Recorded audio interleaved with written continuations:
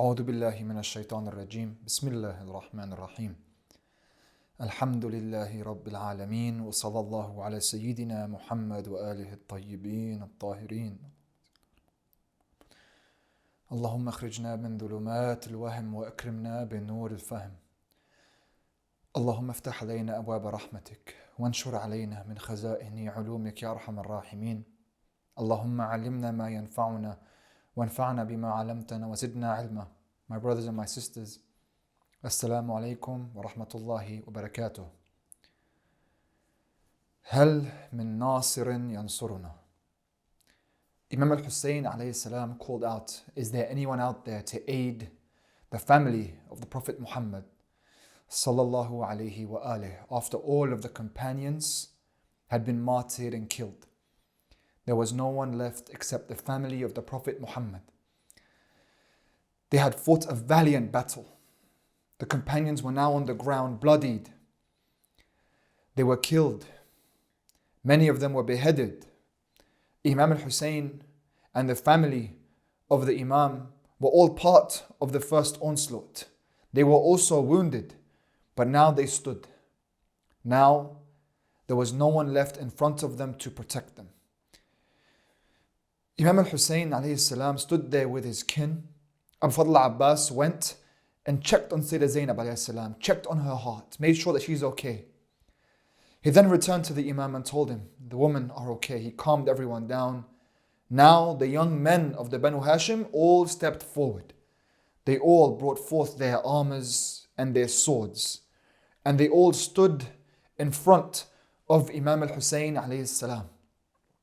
Each one of them was now asking the Imam to go out and fight. The Imam had not given permission to any of them. They were not scared. Even an ounce of fear was not in their hearts after what they just witnessed, despite their age. They were all young men. They started to crowd around the Imam, begging him, please, let me go. Ya Imam, let me go. They all seeking permission. They were kissing his hands, trying to hug him, to let them go and defend his honor.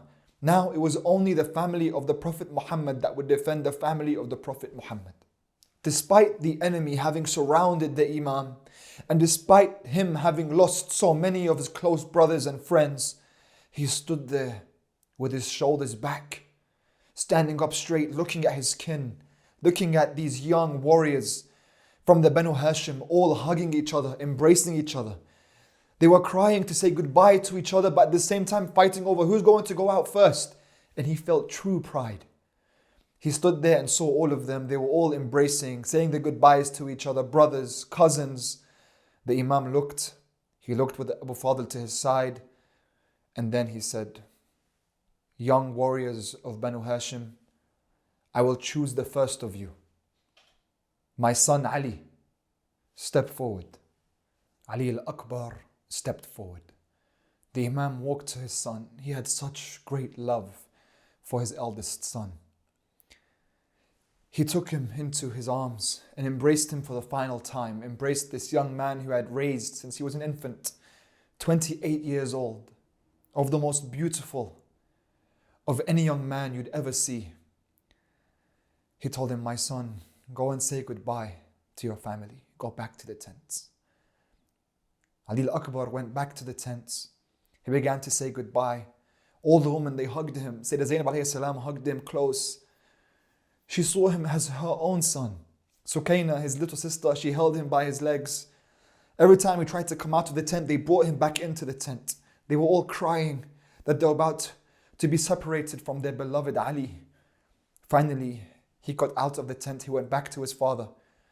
His father and Abu Abbas said their goodbyes to him one last time. And Imam Hussain watched as his son mounted his horse and charged towards the battlefield.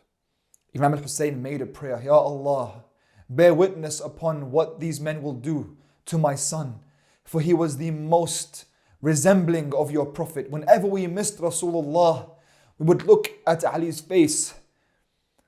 Ya Allah, watch them. They called us to aid them, and now they fight us, and now they fight my son. Ali Akbar charged into the battlefield, calling out, Ana Ali ibn Hussain ibn Ali. He began to strike down any man that came in front of him. He told them, we are more worthy of the Prophet than you. We are the ones defending Islam. The enemy became distraught at the sheer number of how many enemies Ali Akbar would strike down. Narrations say that he killed tens of enemies single-handedly. Umar ibn Sa'ad called out, is there no one that can challenge this young warrior? People kept coming out from the enemy camps, and whoever would face Ali Akbar would fall.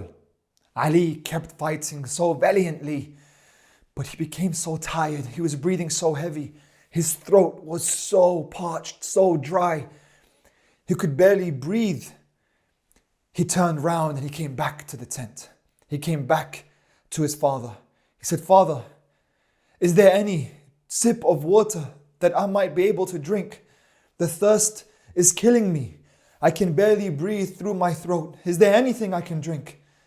And the Imam replied to him, my son, it pains your grandfather, and it pains Ali ibn Abi Talib, and it pains your father that you ask from us and we can't give you.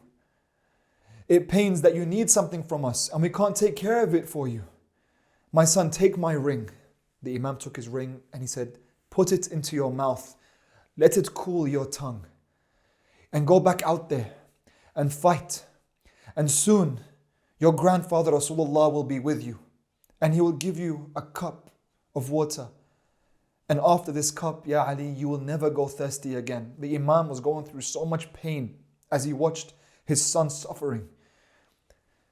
Ali Akbar went back out into the battlefield. Again, he charged at the enemy. Again, every single person that came out against him would fall. They started to surround him until a man struck him on his head and the blood spilled from his head onto his horse. It blinded his horse.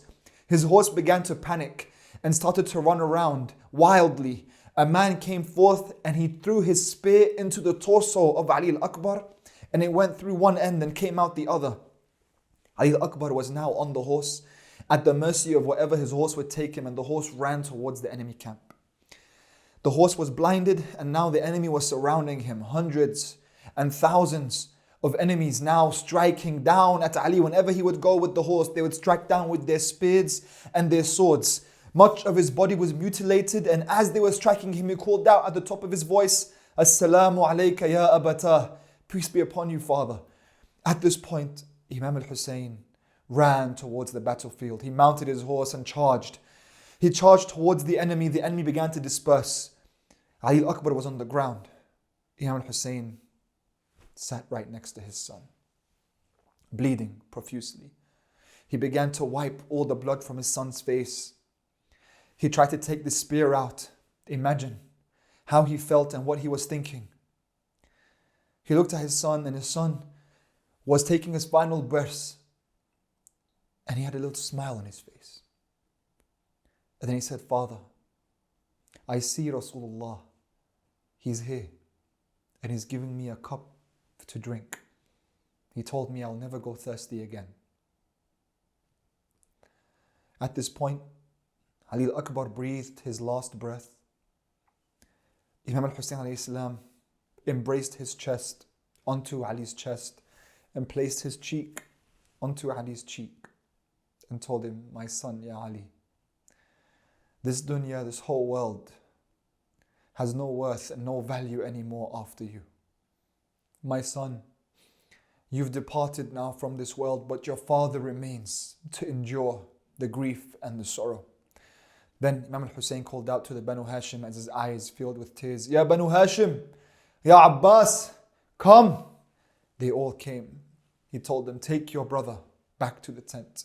They held him up. Then they all went back to the tents. The woman came out to see what had happened. Imam al-Hussein's eyes look into the eyes of his sister Zainab. And he says, Ali rah.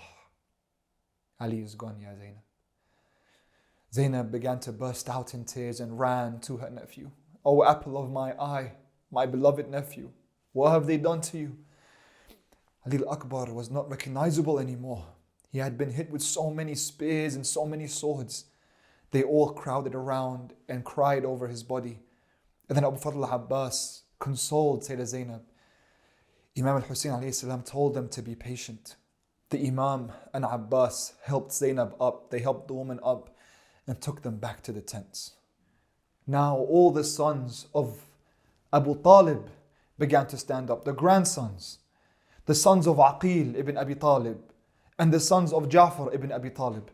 All the cousins, they all stood up and they said, please, Ya Abu Abdullah, let us go. The Imam looked at the sons of Aqil, his cousins. Ya Bani Aqil, may Allah give you patience and strength. There were 9 of them. Each one of them sought permission from the Imam and went out to fight, one after the other.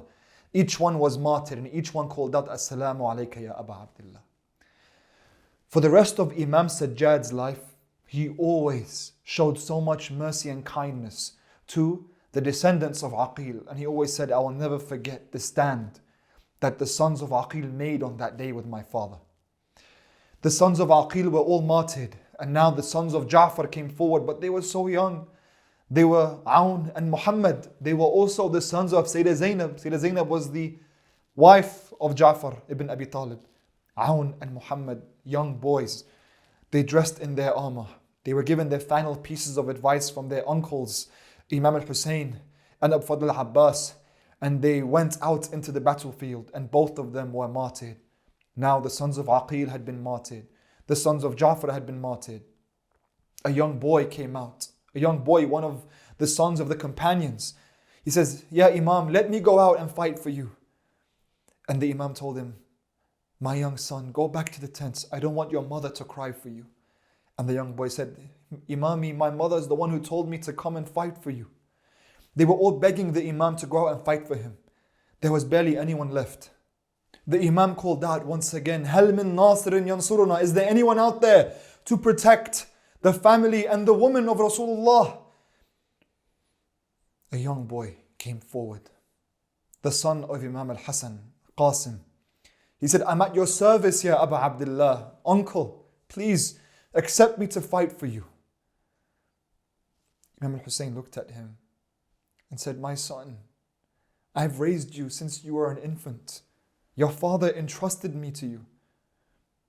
Qasim replied, Uncle, I can't stand sitting here anymore, seeing my brothers and my cousins are all dying around me, and you left by yourself. La wallah, I can't accept for my uncle to be killed whilst I still have my sword. Then the Imam tells him, my son, will you walk to your own death? And Qasim says, how can I not, when you have no one to support you? I want to support you, uncle. I want to protect you. I want to be sacrificed for you. And he stood there, and narrations report that he handed him a letter. He had been saving this letter. His mother gave him this. This letter, which was a wasiyah from his father. He went and gave the Imam the letter. The Imam opens the letter, and it's the handwriting of his brother, Imam al-Hassan. And the Imam sees the handwriting of his brother and he begins to cry. And then he reads, Akhi ya Abu Abdullah, brother, please give permission to my son Qasim to stand with you on that day and to be martyred and to die in your hands. The Imam then embraced Qasim close to his chest. He loved his nephew. He had raised him as if he was his own son. Qasim was not even a teenager yet. The Imam then went back to his tent, and he would always keep the turban of his brother Imam al-Hassan. He came back and he placed the turban of Imam al-Hassan onto the head of Imam al-Hassan's son Qasim. Then he told him, Qasim, go to the tents and say goodbye to your family. Qasim then went back to the tents to say goodbye to his cousins and the woman and his mother. He embraced his mother for the final time. Then his mother told him, Qasim, when you go and you see Sayyidah Fatima, tell her I gave my son for her son. Tell her we would all give our lives for her son. And Qasim said, I will, mother. Then she told him, one more time, Qasim, let me hear that word. Tell me it one more time. Say mother, say ummi. Imagine the mother, the final time the mother hears her young son call her ummi. Qasim then left the tent. He went out. Imam Hussain alayhi salam gave him his sword. And Qasim charged towards the battlefield to represent Imam al-Hassan on this day. Despite his age, he fought so bravely. Men, fully grown men would come with their swords to attack young Qasim. And Qasim would fight back. He would shield himself and would fight them. At one point, his shoe came undone. Hamid ibn Muslim narrates that when a young boy came out from the tents, his face shone like the moon. They said we would never forget his face. And this young boy would fight against men, triple his age. He would fight them. But there was one point when his shoe came undone. And as he bent over just to fix his shoe, a man came forward and struck him on his head. He dropped to the ground helplessly and then he called out, Ya Amma, uncle. Imam al-Hussain rushed as soon as he heard Qasim scream. He rushed to the battlefield and he kept chasing the killer of Qasim until he reached him and he killed him.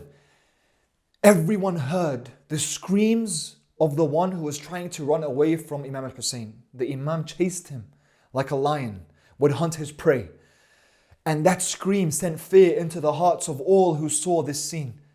The Imam then went back to Qasim and he took his little body and he held it towards his chest. Qasim was already dead. And the Imam began to speak to him with no reply, and told him, Qasim, it hurts your uncle, Ya Qasim, that you called me, but I wasn't close to you to answer you. And now that I'm here, close to you, I couldn't save you. He held him up and he carried his small body back to the tents and laid him next to his cousin, Ali Akbar. He looked around and everyone was crying and standing around the young bodies, the martyrs of the Banu Hashim. The Imam told them all, patience, my cousins, patience, my dear family. Then he looked up into the sky and said, Ya Allah, do not forgive them for what they have done to my nephew. There was another young boy that went out to fight that day. His name was Abbas al-Asghar. He was the son of Abu Fadl Abbas. When Abu Fadl saw all the youth going to fight, he went and called his young son Abbas and told him, Ya Abbas, my namesake, you saw what your cousins just did? You saw what Qasim just did? And you saw what your older cousin Ali Akbar did? Now, make me proud, my son. Show our master Hussein that I also gave my son. Imam al-Hassan gave his son. Imam Hussain gave his son. My son, now let me give my son. Go and show him our loyalty to him.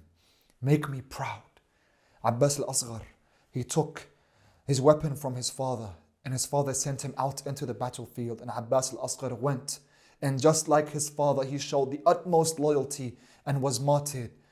Fadl Abbas then went to his son, took him and brought him back to the tents and laid him next to Qasim and Ali Akbar. He also wanted to give his sacrifice. Abu Fadl Abbas was still holding the flag, which meant that the army of the Imam was still alive. He was the general, and he looked around and saw that everyone had been martyred. The sons of Ja'far had been martyred. The sons of Aqil had been martyred. These were the sons of Abi Talib. Now, there were still the sons of Ali ibn Abi Talib. So the general Abbas went to his brothers. al-Banin had 4 sons in Karbala: Abbas, Ja'far, Abdullah, and Uthman. Abbas went to his 3 brothers and said, my brothers, step forward, sons of Ali ibn Abi Talib. It's your time now. Sons of my mother, you know how much I love you. It's time for you to show me why. Go out and defend your master Hussein. Let me see you until you meet Allah and His Messenger. And so the brothers went to go to their older brother and Imam al-Hussain. The 3 brothers hugged Imam al-Hussain, kissed his hands and sought their permission. Then they looked at each other. Brothers, let's go out and show them what the sons of the Lion of Allah can do. Let's make our father Ali proud as we defend the son of Fatima. They went out into the battlefield, and Imam Hussain and Abu Fadl Abbas, they stayed behind them. So all five went out, but Hussain and Abbas stayed behind them to protect the tents as well. The first three charged out and they would fight together, whilst Hussain and Abbas fought together at the back. At the front, the brothers fought bravely, and Abdullah was the first one to fall. Ja'far called out his name. He saw his brother die in front of him. Ya Abdullah, he went to defend him. As he was defending him, they all started to crowd around him and they killed Ja'far as well. Just as Ja'far received his final blow, he called out, Assalamu alayka, ya Aba Abdullah. Both Ja'far and Abdullah were now on the ground. Uthman was separated from his two brothers. Now he could see in the distance Imam al-Hussain and Abbas still fighting, but he saw his two brothers in front of him, dead and bloodied, their corpses there, and now he was alone. He called out, you've taken two of my brothers, but there are two more, and I won't let you take them whilst I still hold my sword. And he kept fighting, and Umar ibn Sa'd called out, behead him, take his head, take the head of the son of Ali ibn Abi Talib. So they grabbed him and held him down, and they beheaded Uthman. And then there were only two left fighting at the back. Now the enemy retreated. There was no one left in the camp except Abbas and Hussain. Abbas and Imam Hussain went back to the tents, and they saw in front of them the children lined up, screaming, Al-Atash, Al-Atash. They were so thirsty. Abu Fadl Abbas couldn't take it anymore. He looked to his brother and said, Sayyidi, please give me permission to go and fight.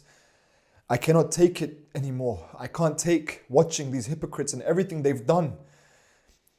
Abu Fadl Abbas looked around. He saw his nephews, his friends, his son, his brothers. They were all laid on the ground, and only he and Hussain left. And the Imam told him, Ya Abbas, you're my flag bearer. You're my army. You're the last one left. And Abu Fadl told him, Imami, you know why I was born. You know that this is the moment my father always promised me. Let me defend you and your honor.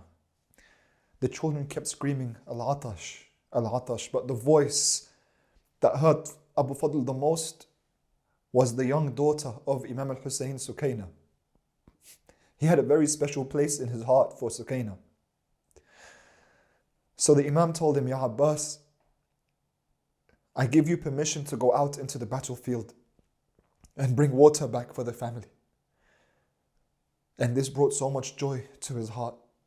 So Abbas knelt down next to Sukaina. He hugged his niece and he told her, soon I will bring you water like I brought you before. And I promise you I'll bring the water. Sukaina believed her uncle because he never breaks his promise. Abbas then went back to the tents to say goodbye to the woman, especially his wasiyah, his amana, Zainab. So Zainab embraced Abbas, even though she knew everyone she embraced up until this point went and never came back. But it was so difficult for them to fathom that Abbas wouldn't come back. Abbas always comes back. Abbas was the strongest warrior in the army. He bid Zainab his farewell. He told her he would bring back the water. Then finally, he went to say goodbye to his brother. Imam al-Hussain saw Abbas as his backbone. So it was very difficult for Hussain to let Abbas go out into the battlefield. He embraced him and prayed for him. And Abbas mounted the horse with the flag held high in his hands, and he charged towards the battlefield to represent his father Haydar on that day. He went forward and he called Umar ibn Sa'd and said, Ya Umar, Hussain ibn Ali is thirsty and his children are thirsty. Let me go forward and bring water back to the tents. And Umar replied, Ya Abbas, O son of Abu Turab, even if the entire world was full of water, I would not let you take one sip of it. Abbas said, very well. He had his water skin in his arms and he charged towards the river Euphrates. Tens and hundreds of men began to charge at Abbas from all angles. But Abbas, like nothing seen on that day, would disperse of anyone that came right in front of him immediately. No one could stand in his way. Straight away they were struck. They were struck with fear. They began to run away from all around him. Anyone who came in front of him would fall. Abbas pierced the entire army, killing almost 100 men single-handedly. Imagine, there are reports that he killed up to 80 men. One man, 80 men. He killed them and pierced them and walked towards the river. Finally, he was on the riverbed. He unmounted his horse. He walked towards the river. And he saw his reflection in the water. His lips were also parched. His throat was also dry. He lifted some of the water in his hands and looked at it and threw it back into the river and said, Ya nafs min ba'd al-Hussein huni. O self, what are you after Hussein? You are nothing without Hussein. How can I drink when my master has not had anything to drink? How can I drink when Sukaina is thirsty? That's not who I am. He put the water skin into the river and did not allow himself to take one sip. Once it was full, everyone was scared to come forward after everything they had seen from Abbas. Everyone was scared to come and stop him. So they all began to hide around the trees. Before Abbas finished from filling up the water skin, he mounted his horse once again, holding the flag, and he began to charge towards the tent. All he saw in front of him, in the distance, was Hussein and Zainab and Sukaina. And the only thing on his mind was get back to the tent and give them water. He thought of nothing else. Abbas charged towards the tent. As he charged, the enemies would not fight him from the front anymore. He was charging without any enemies in front of him, but they all began to jump out from the trees behind him and chase him.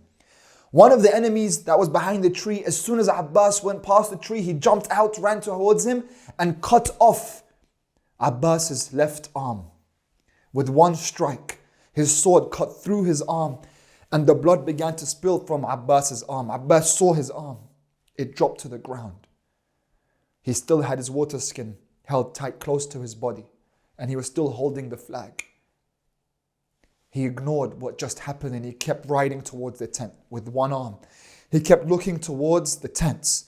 All he knew was he had to get the water to the children. Their voices were still playing in his mind. As he kept running, they began to chase him. Another man came from this side and struck his right arm, a distance from where his left dropped. This time his right arm was cut. Blood began to spill from his right arm, but he still held the flag close with his arm towards his chest, with his shoulder, and kept the water skin close to him. Now he kept running towards the tents. He kept going whilst on his horse, riding towards the tents. They kept trying to chase Fadl Abbas and shooting arrows at him, arrow after arrow. Abbas kept moving forward until an arrow pierced the water skin. When the arrow pierced the water skin, Abbas finally stopped. He stopped moving towards the tents. This is the arrow that broke Abbas's heart. Abbas now without any arms, and the arrow was in the water skin and the water had dripped out. He saw the water dripping and with it dripped all of his hopes. He kept hearing the voices of the children screaming, Al-Atash, Al-Atash. A man came from behind with a metal spear and struck it onto the head of Abbas. Abbas dropped off of the horse without any arms to break his fall. The flag also dropped. Abbas dropped onto the ground but got up. But he stopped running towards the tents. He could only defend himself now by kicking at his enemies. They all began to surround him from all sides. He would look, but his heart was broken. Even if he could survive, he knew, what could he give now to the children? Then an arrow was shot and pierced his eye. Now with no arms and with one eye, Abbas stood there in confusion. How does he go back to the tent without any water? They began to surround Abbas from all angles and strike their swords and their spears into him, and he called out, Ya Aba Abdullah, alayka minni salam. Imam Hussain rode out like a lion. Now Hussain was alone, charging towards Abbas. Before, Abbas would be with him. Now there's no one with him. He charges. The enemies disperse once again. Imam al-Hussain gets off of his horse and he begins to walk, following the puddle of blood. And in the middle of the huge puddle of blood was a mutilated Abu Fadl Abbas with the flag on the ground, blood all over him, and blood in his eye, the only eye he could see with. Abbas heard the footsteps of the one coming to approach him. He said, "Oh man, before you kill me, give me the opportunity to bid farewell to my Imam." Imam al-Hussain then sat next to him and said, "Ya Abbas, don't you recognize me? It's me, your brother." Then Abbas fell silent. So Hussain, he took him into his arms, wiping the blood from his face, and he placed him onto his lap. But Abbas, he took himself down from his lap and he placed his head into the ground. And then Hussain took his head back into his lap. He said, "Ya Abbas, why won't you reply to me? Why do you keep moving away from me?" And Abbas said, "Sayyidi, right now, my head is in your arms and in your lap. But after me, you're alone. In a moment, you're about to fight the entire army by yourself. In whose lap will your head be?" He said, "Master, please, I have a final request." Imam Hussain told him, "Tell me anything." Abbas said, "Don't take me back to the tents. I know you take all the shuhada back, but you leave me here." "Why, Abbas? I want to put you with your family, your brothers, your son, your nephews." Abbas said, "I can't. I don't want Zainab to see me this way. And I wasn't able to fulfill my promise to Sukaina. My final request is leave me here and ask young Sukaina to forgive me." Abbas had given everything, his arms, his eye, his entire self, his entire being, but he was still ashamed because this time he was not able to bring the water back like last time. Imam al-Hussain said, "Very well, brother. I will leave you here, but you must also give me my final request." "Yes, Hussain, tell me. What can I do for you, master?"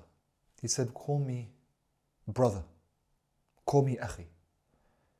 Let me hear you call me Akhi." And so Abbas said, "Assalamu alayka ya Akhi, ya Hussain." For the first time calling him brother instead of master. And with that, Abbas breathed his last breath. And at that point, Imam al-Hussain, he called out, "Al-an inkasara dhahri." My back is now broken. Now there's no one left. Now Hussain is completely alone in Karbala. He stands up and he leaves the body of Abbas on the ground. And he walks back. And Sukaina stood there. She was telling the children that Uncle Abbas was coming back. But she saw Imam Hussain returning without Uncle Abbas. So she asked him, "Where's Uncle Abbas?" So Imam Hussain just sat there and just hugged Sukaina. And she began to cry. And Zainab walked out and she saw the face of Imam Hussain and she knew. And she began to cry. He was her protector. And his flag always protected Zainab. And that flag was no longer there. Now Imam al-Hussain, he's the last warrior left in his army without a flag. The Imam looked up to the heavens. Ilahi, Lord, you are my trust in every difficulty. Be with me now and give me strength. I look to you and only you.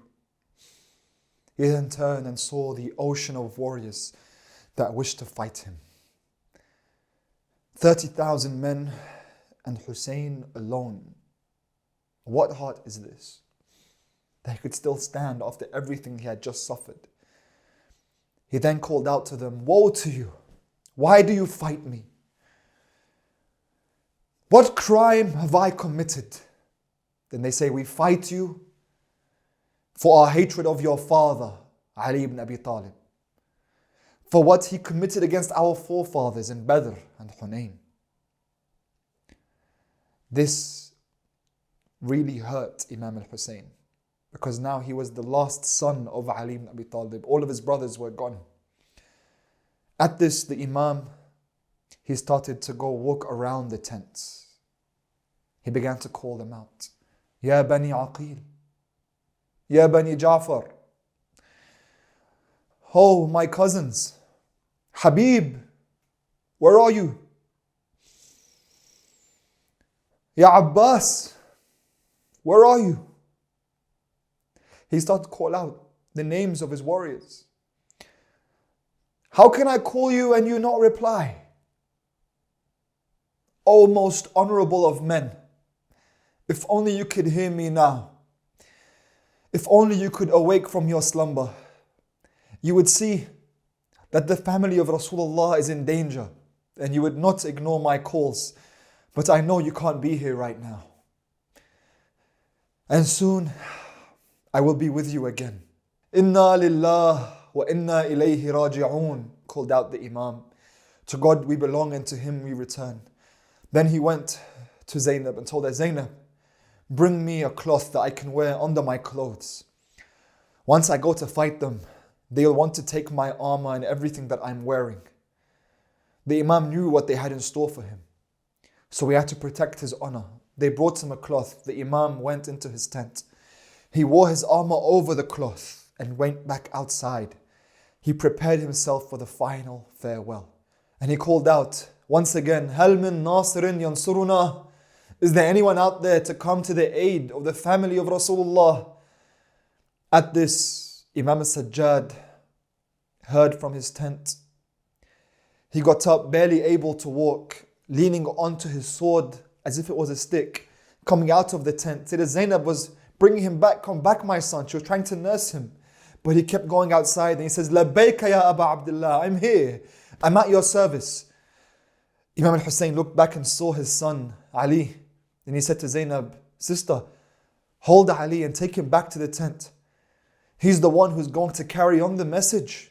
He's the one who has to carry on the nur of Rasulullah. Take him back so that the lineage of the Prophet is not cut off from this earth. Imam al-Sajjad was going through such heartbreak that he couldn't be there and die and fight for the honor of his father, to defend his father. Then Imam Hussain told Ali al-Sajjad, my son, go back to the tent. I want everyone to gather around you now. Imam al-Sajjad then turned around and limped back towards his tent, and then all the women and children came and they all sat around Ali al-Sajjad. And Imam al-Hussain began to say his goodbyes to everyone, but before that he told them, I have a final wasiyah to give you. This is my son Ali, and he will be your leader from here on. He will be your Imam, and I'm passing the torch to him. Then he came towards Ali al-Sajjad and told him, Ya Ali, you must carry on the message after me. You are now the man of the family. Be their patience and wipe their tears, because there is much difficulty coming for you all. I need you to protect everyone. And then he leaned in and he whispered and he said, Ya Ali, The sacred books and the weapons of your grandfather are all with Salama in Medina. Retrieve them when you go back to Medina. And Ali, one last thing. بلغ شيعتي عني السلام. He said to him, tell my Shia, tell my followers that I send them my salam. My brothers, my sisters, 1,000 years later, know that on that day, Imam Hussain was thinking of his followers to come, and that places a huge responsibility on us. The Imam began to bid farewell to his family. As the Imam bids farewell to everyone, he tells Zainab, bring me my infant child, bring me my baby, Ali al-Asghar, a 6-month-old baby. Sayyidah Zainab brought the baby, who was not even crying anymore because of his parched throat. The Imam took him into his arms. As he's saying his goodbyes to this young child, Sayyidah Zainab alayhi salam tells him, brother, he hasn't had anything to drink. I fear for his death. Is there a way that you could bring him some water? Imam Hussain alayhi salam then took him in his arms and mounted his horse. And he went and faced the army. Oh army, oh people, if you want to fight me, why would you want to make this young baby suffer? What has this young baby done? What crime has this child committed that you would deny him water? As the Imam said this, even those blackened hearts in the army of the enemy were confused. Umar ibn Sa'd called Harmala, his main archer, and told him, aim for the baby. And so Harmala took a 3-pronged arrow and aimed it towards the young baby, held in the hands of his father, this tiny baby. A 3-pronged arrow was shot towards it and pierced its neck as it was in the hands of his father. The arrow pierced his neck from ear to ear, and the baby began to flap his arms like a wounded bird. The blood spilled from his neck. Imam Hussain alayhi salam saw his young, beautiful son, his 6-month-old infant, slaughtered right in front of him. He held him to his chest, took his blood in his hands and threw it into the air, and not a drop of that blood came back down to earth. Then he said the same words that he said when he lost Habib ibn Mudahir. Ya Allah, my pain is eased because it's all in your eyes. He said this as his heart was breaking. Then the Imam came back to the tent with the bloodied baby in his arms. He unmounted his horse. He took his sword and dug a very small grave. And then he placed the baby into the grave and brought back the dirt and put it back over the young baby's body. The mother of the baby cried and wailed, and Zainab cried. The children cried. Imam al-Hussain now still had his final destiny to meet. The time was now near. What are they to cry over? Were the women to cry over all the martyrs laid on the ground, those without heads? Were they to cry over the slaughtered baby buried in the earth? Or were they to cry over their goodbyes, the final goodbyes to Imam al-Hussain? As he said goodbye to everyone, he looked around, but he couldn't find his beloved Sukaina anymore. He asked them, where's Sukaina? They told him, she's behind the tents. She's not listening to us. So the Imam walked towards the tents and he saw her sitting there under the sun. And then he sat down next to his daughter. And he said, Sukaina, why are you here? And she said, Father, I can't say goodbye to you. And I feel like you're saying goodbye to us because you know that you're about to die. It's as if you've submitted to death. And he tells her, my child, how could one with no support and no aid not submit to death? And she told him, well, can we go back to Medina? His heart felt so much pain as she cried and asked him. He said, I swear, Sukaina, if I could, believe me, I would take you back to Medina. She said, Father, I can't say goodbye, but just put your hand on my head, the way they do for the orphans, when they have no parents, when they have no father. And she cried and cried, not knowing that those tears are like fire to the heart of Imam Hussain. He kissed her and hugged her for the final time, and then he stood up and he took her by the hand to his family. He gave her to Zainab, and then he gave them his final speech. My family, keep your faith in Allah. Know that Allah will protect you and guard you and save you. He will save you from the evils of your enemy. So be ready for the tribulation that is about to befall you. You have to stay strong and you have to stay patient. Do not say anything that would lower your status. Keep your hearts firm on the path and know that Allah subhanahu wa ta'ala is always with you. Fi amanillah, fi amanillah. He tells them, I give you to Allah. Allah will keep you safe now. He turns toward his horse. He mounts his horse. He looks towards the enemy, but then he hears the voice of a sister calling one more time.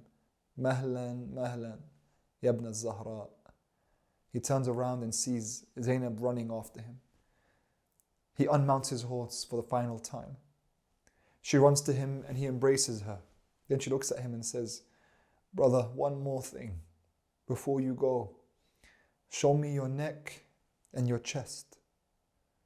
So he doesn't ask her any questions. He gives her his neck and then she kisses his neck. And then she kisses his chest. And he says, Zainab, why are you doing that? And she says, Assalamu alayki ya Fatima. She sends her salam to her mother. Then she looks up and says, the amana has finally been met. Brother, mother told me when I was a child, one day you're going to see your older brother alone. And on that day, I want you to kiss him for me. Kiss him for me on his neck. And kiss him for me on his chest.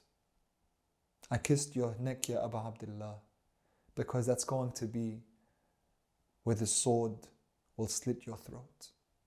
And I kissed your chest because it's where the horses will trample. She embraces him one last time, and he embraces his sister, and he tells her, Zainab, I need you to be strong and patient. I'm relying on you. Take care of the family for me. He says his final goodbyes to Sayyidah Zainab, then he turns. He mounts his horse this time with no more goodbyes.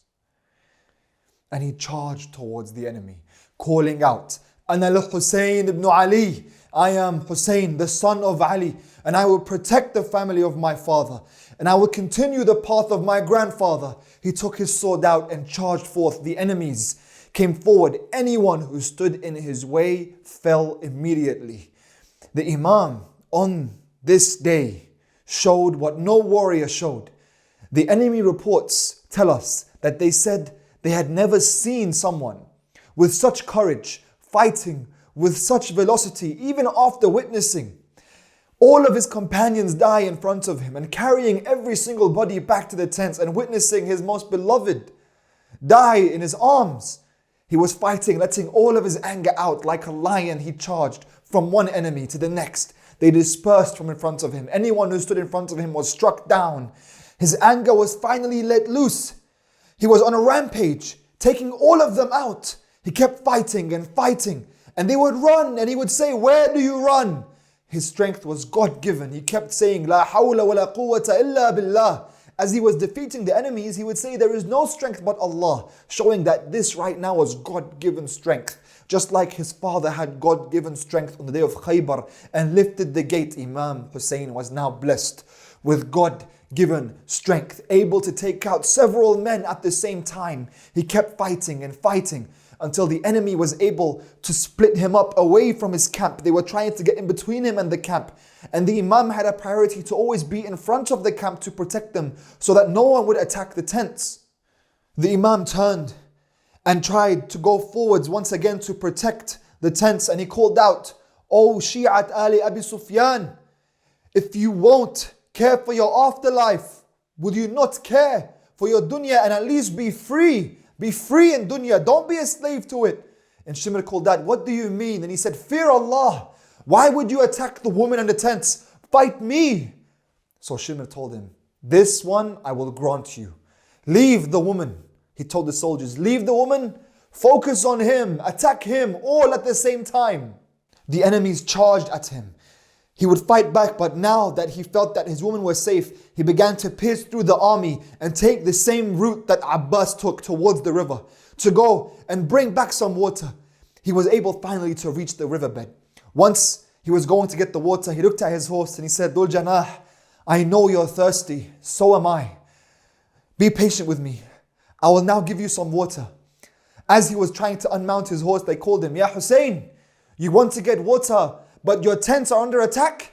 They betrayed him. They told him they would not attack the tents, and now they told him they're going to attack the tents. The Imam immediately turned around. He left the water and he went straight back, but saw that no one was attacking the tents. He went once again in between the enemy and the tents, no longer taking their word. Their word meant nothing. Once again, he's charged against the enemy. He was fighting them and he called out to Umar ibn Sa'd, "Ya Umar, why don't you fight me one by one? Bring them all, bring them, one at a time, and you will see what the son of Rasulullah can do." They were too scared. They were throwing rocks at him from a distance. They were scared to fight him in one-on-one combat. So Umar ibn Sa'd started telling them, "Go towards him, fight him."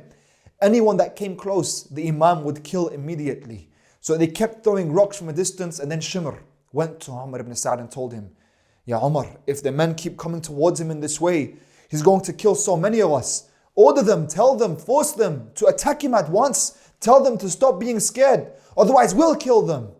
So Umar called out, "Oh men, don't you know who you're fighting? You're fighting the son of Ali ibn Abi Talib. Charge at him all at once, don't go to him one by one." So the men started coming. Shimr started to organize them all. A team of people holding swords, a team of people throwing stones from a distance, a team of people holding spears, and they began to shoot their arrows towards the Imam from a distance. Now the Imam had arrows in his body, an arrow in his arm, an arrow in his shoulder. The Imam kept fighting. The stones would be thrown onto his face, onto his body. Blood was now dripping from the Imam's head. The Imam then fell off of his horse. He got back up. They kept throwing the stones and coming at him from all angles. The arrows were now in him. He kept fighting them off. He was exhausted. He was breathing heavy. Whenever he placed his sword into the ground just to catch his breath, they would say, "Attack the tents." And the Imam would stand up once again immediately, ignoring the fact that he was bruised and bloodied from head to toe. He kept fighting. Each and every man that came forward towards him, again, they would still fall and still be struck in front of him. "As long as I'm alive, no one will attack the tents." The Imam kept fighting to protect his family. Wounded, he had 72 wounds. Upon each wound, another wound. All from the front, he kept fighting until a man threw a rock that hit his head and blood spilled down over his grey beard. The Imam went to wipe his beard and the 3-pronged arrow pierced his chest. This was the most painful arrow that hit him on that day. It was a poisonous 3-pronged arrow. The Imam took it and broke it. Now the Imam was covered in wounds and arrows. They kept pelting him with pebbles and rocks. The Imam became too weak to fight back. His sword was now on the ground. He was kneeling and he said, "La hawla wa la quwwata illa billah." He would keep speaking to God in this state. He kept speaking to Allah as the enemies would come forward, hit him and move back. Now they were surrounding him. And now it became slow. The enemies were now around him. The Imam was breathing heavy. The blood was everywhere. And the Imam would just recite the words of Allah and would recite to Allah. And he started to say, "Ya Allah, sabran ala qada'ik." Give me patience for your decree, Ya Rabb. Patience, Ya Rabb. Ya muta'ali al-makan. Ya azim al-jabarut. He would speak to Allah in these final moments. He stayed in this state. They stayed around him. Every time he tried to get up, they would come and strike him and he would drop to the ground. He would try to get up, they would strike him and he would drop to the ground. He could barely move now, breathing heavy, blood coming out of his mouth, blood on his grey beard, blood all over him, wounds everywhere. The pierced arrow still inside him. A man came forward and struck the Imam on his head, splitting his head, and the Imam dropped back to the ground. The blood gushed forth once again. Another man came forward and tried to take his ring, but the ring wasn't coming off his finger, so he cut Imam Hussein's finger. The Imam laid there in this state. They did this to him for almost an hour. He was in this state, barely conscious, looking around him, seeing all of these enemies of Allah, wanting his blood, and he just kept speaking to Allah. In this state, a young boy runs out from the camp of Imam Hussain. He runs towards the battlefield. The young son of Imam Hassan, he runs out. The enemy looks at him. They leave him. He runs towards his uncle Hussein and he tries to protect him. Leave my uncle alone. The treacherous men around him came and struck the arm of this young boy. His name was Abdullah ibn al-Hassan. He began to cry and scream from pain, laying down next to Imam Hussain, and the Imam looked at him, my nephew, be patient, be patient. It's almost time. Abdullah could barely survive the blow and he died. Imam Hussain looked at his nephew and looked at the people. He couldn't get up to defend his nephew. His heart was breaking as his body and bones were already broken. The Imam laid there. Will I be slaughtered thirsty? And my grandfather is Muhammad al-Mustafa. Will I be slaughtered thirsty? And my father is Ali al-Murtada. The enemies were all around him now. No one wanted to finish him off. Shimr would tell them, what's wrong with you all? Go towards him. The Imam's face shone bright, despite the fact that he was covered in blood. They would torture him, but they would not kill him. A man came and stabbed him in his ribs. Another man shot at him with an arrow from point blank range, and the arrow pierced his jaw. Another man came, they would smash him with swords and spears. The Imam still laid there. They would attack him from all angles, but no one would deal him the final blow. A man then stepped forward. He brought his dagger. He came close to the head of the Imam, and the Imam looked at him with his bright eyes. And the man felt fear move throughout his whole body. And he stepped back, and Shimr told him, what's wrong with you? And he said, I saw Ali ibn Abi Talib in his eyes. I remembered his father. So Shimr told him, you coward. He took the dagger from him, and he told him, no one is more worthy of killing Hussein than I. And then he walked towards Imam al-Hussein. Dhul Janah, the white horse of the Imam, had already went back to the tent and it was covered in blood. Back to the tent without a rider. Sayyidah Zainab alayhi salam was watching on. Shimr comes towards Imam al-Hussein and then he sits on the chest of Imam. And he looks at him and says, don't think I will fear to kill you like those who came before me. Imam al-Hussein just looks back at Shimr with the blood spilling from his lips and his parched throat. And he says, Ya Shimr, do you know that you're sitting on the place that Rasulullah used to kiss? The Imam then looks up into the sky and Shimr sits on his chest and he utters the famous words, Lord, I have orphaned my children to see you. And even if I'm cut into pieces, I would yearn for none other than you. As Zainab watched on, Shimr grabbed the grey beard covered in blood and he brought his sword towards the neck of Imam al-Hussein. Ya Imam, I wish it was my neck and not your neck. I wish it was my chest and not your chest. I wish it was my finger and not your finger. My family and not your family. He grabs the beard of the Imam, raises it and places the dagger on his neck. And he stabs the Imam's neck 12 times. And he beheads the Imam as Zainab watches on. And then Umar ibn Sa'd calls for the horses. And he tells them, trample his body. And the horses, 10 horses came on with their riders onto the body of Imam al-Hussein. And they began to trample upon his chest and back as the men came forth and began to take his armor and his turban and take everything that belonged to the Imam. as Shimr held the head of the Imam in his hand and placed it upon a spear. And Zainab watched on from the tents, watching her brother. Inna lillah wa inna ilayhi raji'un.